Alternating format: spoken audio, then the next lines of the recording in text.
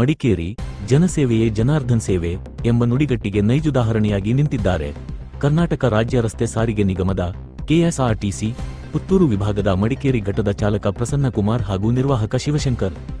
ಹೌದು, ಇಂದು ತಡರಾತ್ರಿ ಸುರಿದಿದ್ದ ಮಳೆಯಿಂದಾಗಿ ರಸ್ತೆಗೆ ಜರುಗಿ ಬಿದ್ದಿದ್ದ ಭಾರಿ ಪ್ರಮಾಣದ ಮಣ್ಣು ಮತ್ತು ಮರದ ದಿಮ್ಮಿಗಳನ್ನು ತೆರವುಗೊಳಿಸಿ ಸುಗಮ ಸಂಚಾರಕ್ಕೆ ಕೆಲವು ಸಮಯದಲ್ಲೇ ಅನುವು ಮಾಡಿಕೊಡುವ ಮೂಲಕ ಈ ಇಬ್ಬರು ಸಿಬ್ಬಂದಿಗಡಿನಾಡ ಗ್ರಾಮಸ್ಥರ ಹೃದಯ ಗೆದ್ದಿದ್ದಾರೆ.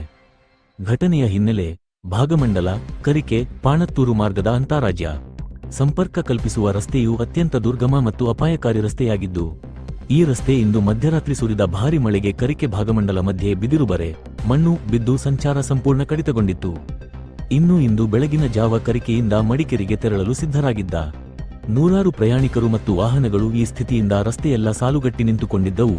ಈ ಬಗ್ಗೆ ಮಾಹಿತಿ ತಿಳಿದ ಕರಿಕೆ ಗ್ರಾಮಸ್ಥರು ಸ್ಥಳಕ್ಕೆ ಧಾವಿಸಿದರಾದರೂ ದೊಡ್ಡ ಪ್ರಮಾಣದಲ್ಲಿ ಬರೆ ಮಣ್ಣು ಜರಿದಿದ್ದರಿಂದ ಕೈಯಿಂದ ತೆರವುಗೊಳಿಸಲು ಸಾಧ್ಯವಾಗದೆ ದಿಕ್ಕುತೋಚದಂತಾಗಿ ನಿಂತಿದ್ದರು.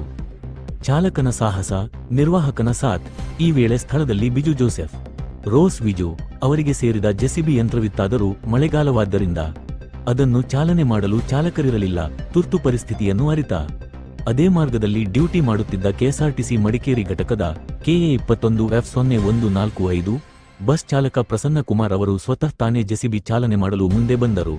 ತಕ್ಷಣವೇ ಕಾರ್ಯಪ್ರವೃತ್ತರಾದ ಚಾಲಕ ಪ್ರಸನ್ನಕುಮಾರ್ ರಸ್ತೆಗೆ ಬಿದ್ದಿದ್ದ ಭಾರಿ ಪ್ರಮಾಣದ ಮಣ್ಣು ಮತ್ತು ಮರದ ದಿಮ್ಮಿಗಳನ್ನು ಸಮಯಪ್ರಜ್ಞೆಯಿಂದ ತೆರವುಗೊಳಿಸಿದರು.